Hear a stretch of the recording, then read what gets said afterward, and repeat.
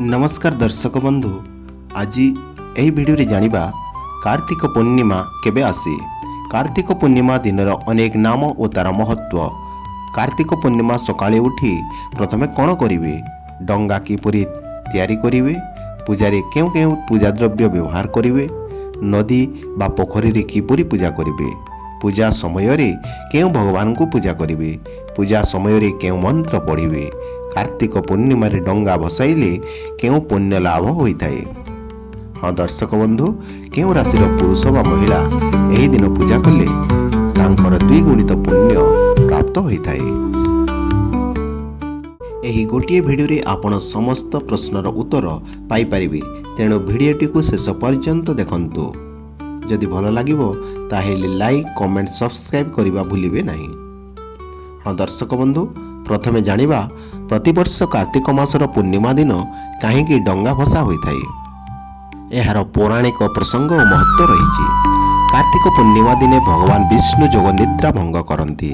4 मास धरी चलिथिबा चातुर्मास्य उपवास एही दिने समाप्त होइथाए।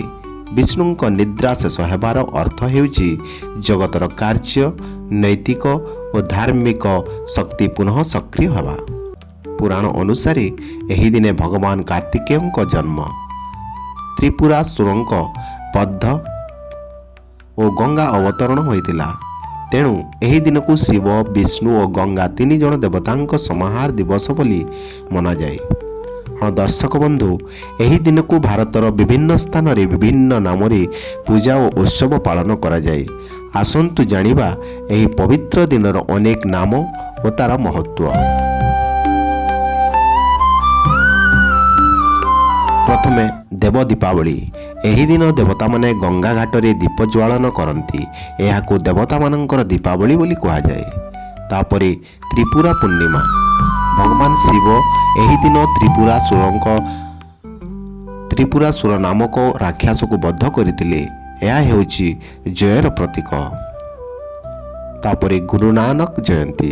सिख धर्मर प्रथम गुरु गुरु नानक देवଙ୍କ जन्म एही दिन होइतिला। सेथिपाई एही दिन सिख भक्त मानଙ୍କ ପାଇଁ अत्यंत पवित्र। तापरे गंगा महोत्सव। गंगा माताଙ୍କ पूजा, दीप भसाइबा और स्नान माध्यम रे एही दिन शुभ कार्य हिसाब रे पालन करा जाए। तापरे तुला पूर्णिमा।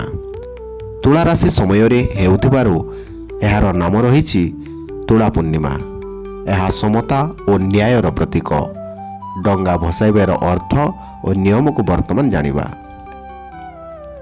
कार्तिक पूर्णिमा दिन डंगा भसाइबा रीति ओडिशा और पुरी अंचल रे विशेष प्रचलित। डंगा हेउची जीवन यात्रार प्रतीक। जेपरि डंगा जल उपरि चली थाए, सेपरि जीवन मध्य संसार तरंग मध्य स्थिरता रखिबा सिखाए। हाँ दर्शक बंधु, आसंतु जानिबा डंगा भसाइबा विधि और नियम। सकाळे उठिबा समय। ब्रह्म मुहूर्ते सकाळ 4:30 रु 5:30 मध्य उठंतु। भगवान को नाम नियंतु। ओम नमः शिवाय, ओम नमो नारायणाय। एही समय को देवता मानक पई पवित्र समय मना जाए। भल भावे दांत मंजन करी देह मन शुद्ध करंतु। गंगा, जमुना किंबा जे कोनोसी पवित्र नदी रे स्नान करने को शास्त्र रे कहा जायछि। जदि संभव नुहे तेबे घरे पवित्र जल बा गंगा जल मिसाई स्नान करि पारिबे। स्नान समय रे एही मंत्र उच्चारण करंतु। गंगे च जमुने चैव गोदावरी सरस्वती नर्मदे सिंधु कावेरी जलेस्मिन् सन्निधिं कुरु। स्नान परि शुभ पोशाक पिंधि भगवान विष्णु, शिव, तुलसी और गंगा देवी पूजा करंतु। वर्तमान जानिबा डंगा तैयारी करिवार प्रणाली। डंगा माटी, शाल गछ पत्र किंबा कदली पत्र द्वारा तैयारी करंतु।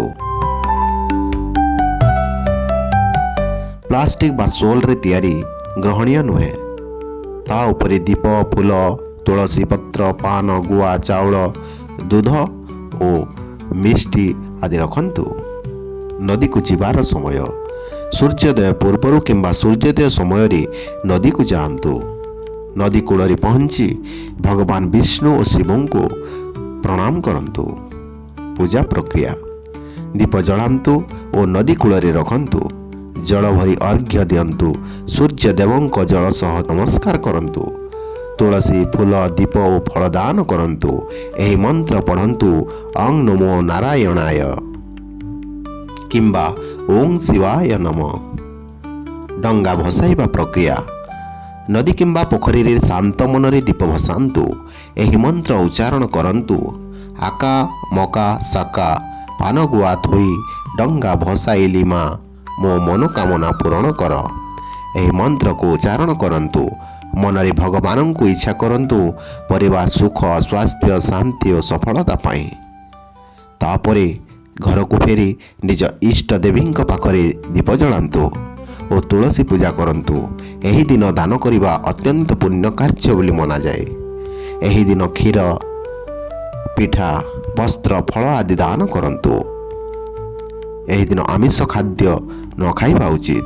ସନ୍ଧ୍ୟାରେ ଘରେ ଓ ତୁଳସୀ ଚଉରାରେ ଦୀପ ଜଳାନ୍ତୁ। କାର୍ତ୍ତିକ ପୂର୍ଣ୍ଣିମା ଦିନ ସମସ୍ତ ରାଶିର ଲୋକ ପାଇଁ ଶୁଭ ମନାଯାଏ, କିନ୍ତୁ ଜ୍ୟୋତିଷ ଅନୁସାରେ କିଛି ରାଶି ପାଇଁ ଏହି ଦିନରେ ଡଙ୍ଗା ଭସାଇଲେ ପୁଣ୍ୟ ଦ୍ୱିଗୁଣିତ ହୋଇଥାଏ।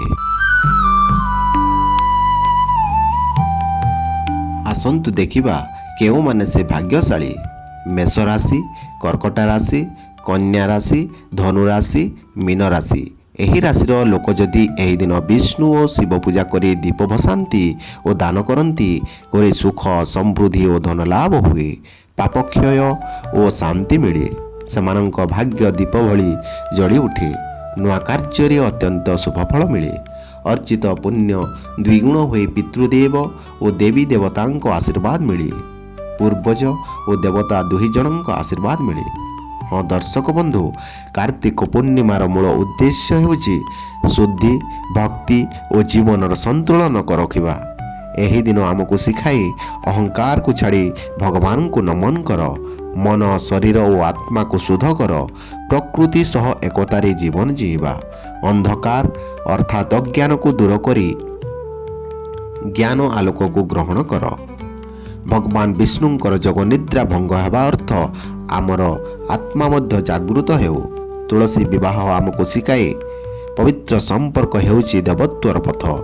ଡଙ୍ଗା ଭସାଇବା ଦେଖାଏ ଜୀବନର ସଂସାର ସାଗର ଉପରେ ଶାନ୍ତିରେ ଚାଲିବା ଆମର ଦାୟିତ୍ୱ। ହଁ ଦର୍ଶକ ବନ୍ଧୁ, ଆଶା କରେ ଆପଣ ସମସ୍ତ ପ୍ରଶ୍ନର ଉତ୍ତର ପାଇଯାଇଥିବେ। ଭିଡ଼ିଓଟି ଯଦି ଭଲ ଲାଗିଛି ଆମ ଏହି ଚ୍ୟାନେଲକୁ ସବସ୍କ୍ରାଇବ୍ କରି କମେଣ୍ଟରେ ଲେଖନ୍ତୁ ଜୟ ଶ୍ରୀକୃଷ୍ଣ ରାଧେ ରାଧେ। ଜୟ ଶ୍ରୀକୃଷ୍ଣ ରାଧେ ରାଧେ। ଧନ୍ୟବାଦ।